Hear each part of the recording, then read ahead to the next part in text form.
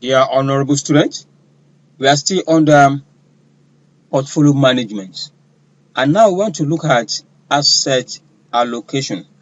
How do we allocate assets? We also look at the different strategies of allocating assets. When we are talking of asset allocation, this is a very important part of creating and balancing your investment portfolio. We have different types of assets such as stocks, bond, cash, and real estate. How do we allocate it in order to have the maximum income or revenue from your portfolio? After all, it is one of the main factors that lead to your what? To your overall return. Even more than choosing individual stock, establishing the asset mix such as stock, bond, cash, and real estate in your portfolio is a dynamic process. It's not something that is static. Sometimes bond might be more, sometimes stocks might be more, sometimes you might need to hold cash or cash asset or real estate more in your portfolio.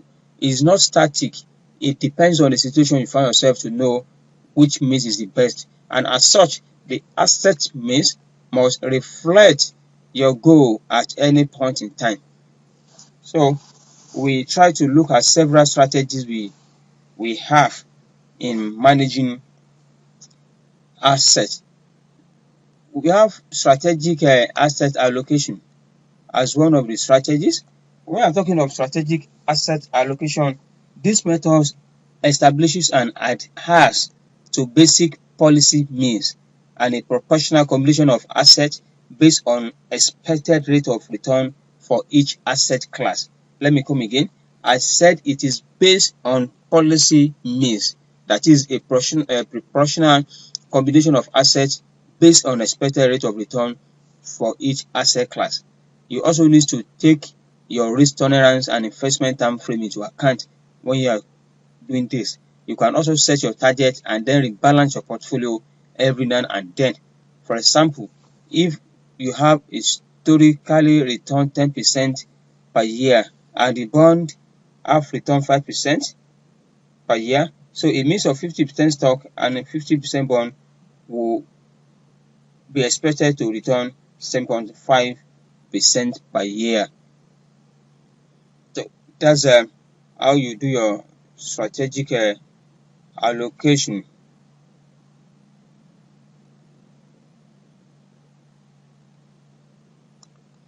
Now, someone might ask me how this one comes about 7.5.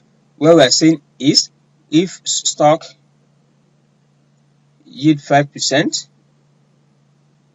yield 10% per annum, which is 0.1, and bond yield 5%. So, and you mix it in 50-50, that is 50% multiplied by 50%. So this one gives what? Give you 5 and give you 2.5%, making 7%. 7.5%. So that's about strategic allocation. You just have to determine the allocation based on the kind of returns you expect from each class. That's on that. The next one is constant weighting asset allocation. Constant weighting asset allocation. When we are talking of constant weighting asset allocation, you see that strategic asset allocation generally implies buy and hold strategy. Buy and do what? And hold strategy. And even in a shift in values of asset causes a drift from the initially established policy mix. For these reasons, you may prefer to adopt a constant weighting approach to asset allocation. With this approach, you continually rebalancing your what? Rebalancing your portfolio. For example, if one asset declines in value, you purchase more of that asset. If that asset increases, you will sell it. That is a constant rebalancing. You will not let a particular asset be more than what you expect it to be. Now, there is no hard and fast rules. Please, let's hold this one in your left hand. There is no hard and fast rules for timing portfolio rebalancing under strategic or constant weighting asset allocation. But a common rule of thumb is that the portfolio should be rebalanced to its original means when any given asset class moves more than 5% out of the original value. Whenever it is up to 5% out of original value, you rebalance it. Either you sell the excess or you buy more to it. That's on that. Now, there are other 6 allocation strategy that actually works. Part of the allocation strategy that works, aside the one we explain now, we have about 6 of them. The first one is tactical asset allocation. Over the long run, a strategic asset allocation strategy may seem relatively rigid. That is, when it is based on the returns you construct your asset mix or portfolio. Therefore, you may find it necessary to occasionally engage in short-term tactical deviations from the means to capitalize on unusual or exceptional investment opportunities. And this flexibility adds a market timing component to the portfolio, allow you to participate in economic conditions more favorable for one asset than for others. And we are talking of tactical asset allocation. This can actually be described as a moderate active strategy. I say as what? As moderate active strategy. Since the overall strategic asset means is returned to when desired short-term profit are achieved, this strategy demands some disciplines, as you must first be able to recognize when short-term opportunity outrun their cost and then rebalance the portfolio to the long-term asset position. One thing is important, which I want you to know. That thing is that the assets in your mixed portfolio should reflect your goal at any point in time. The asset mix your portfolio must reflect what? Your goal at any point in time. That is that. The next one is what we call dynamic asset allocation. From the word dynamic, when something is not stable, when you are taking an active part in the market, you don't let your portfolio be staged or be structured following a certain index. No, it's when you're actively performing. So these are another active asset allocation strategy, which we know as a dynamic asset allocation. With this strategy, you constantly do what? Adjust the mix of assets as markets rise and fall, and as the economic strengthens and weakens. With this strategy, you sell assets that decline and purchase assets that increase. That is that. And the fact about this strategy is that dynamic asset strategy relies on portfolio manager judgment instead of target means assets. It relies on what? It relies on manager or portfolio manager judgment. Portfolio manager's judgment instead of the target asset means. Now, this make dynamic asset allocation the polar opposite of constant waiting strategy.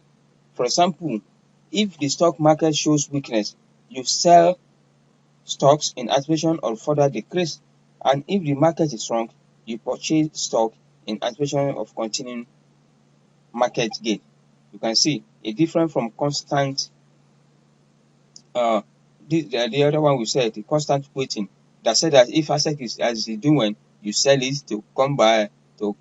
If it is not doing well, you buy more to it. But in this case, said that if an asset is not doing well, quickly sell it so that you can reduce your loss. And if asset is doing well, buy more so you can also improve your gains. So that is on that. We have the next one, which is known as insured asset allocation. And with an insured asset allocation strategy, you establish a base portfolio value under which the portfolio should not be allowed to drop. We call it what? it is you establish a base portfolio value under which the portfolio should not be allowed to drop. That is where the word insured actually comes from. And as long as the portfolio achieves a return above this base or its base, you exercise active management, relying on analytical research, forecast, judgment, and experience to decide which security to buy, which one to hold, which one to sell, with the aim of increasing the portfolio value as much as possible. And if the portfolio should ever drop to the base value, please know this, in case the portfolio drop to the base value, you invest in risk-free assets. You invest in what? Risk-free assets such as treasury bill,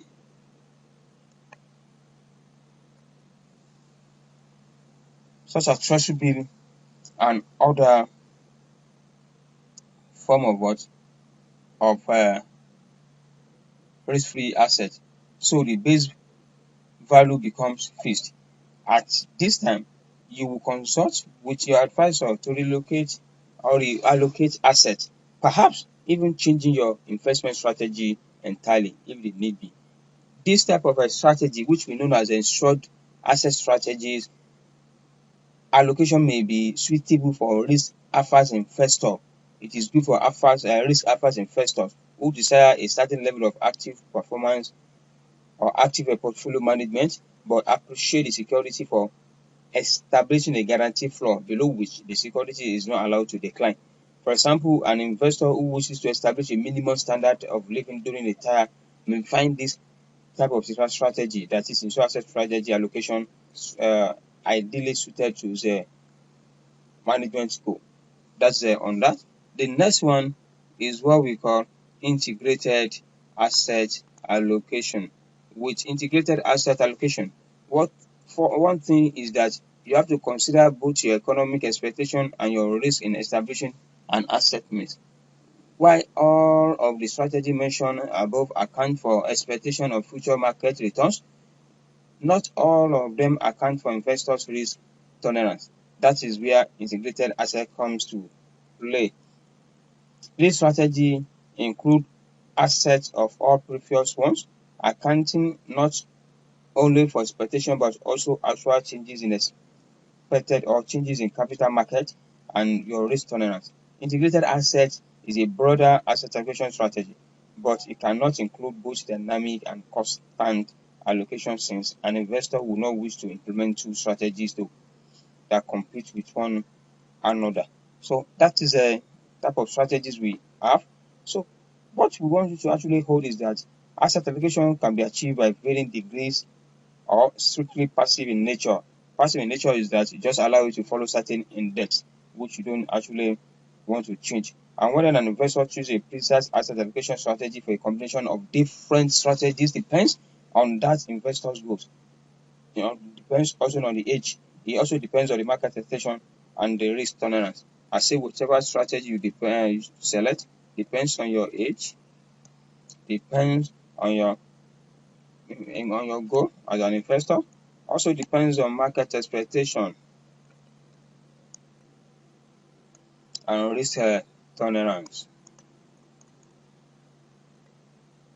So if you are asked what are the factors that determines your asset mix, it's your age, your goal, your market expectations, and lastly your risk tolerance. And you have to put it in mind that all these are only general guidelines on how an investor may use asset allocation as a part of their core strategies. Be aware that allocation approaches that involve reacting to market movement require a great deal of expertise and talent in using particular tools for timing this movement. Perfectly timing the market is next to impossible, right? So make sure your strategy is not too vulnerable to unforeseen error. So that's the advice and what you also need to know by the time you are mixing your asset in your portfolio. So that is on that, on portfolio, so on asset allocation and strategies. Thanks for listening.